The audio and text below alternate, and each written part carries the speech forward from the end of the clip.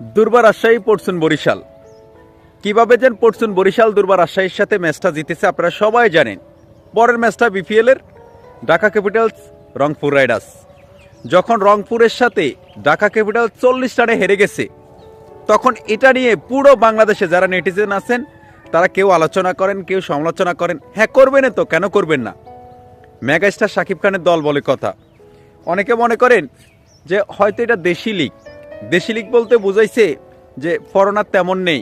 আবার অনেকে মনে করেন যে লিটন কুমার দাসকে ঢাকা ক্যাপিটালসের অধিনায়কের দায়িত্ব দেওয়ার কথা ছিল, বাট কেন দেয় নাই?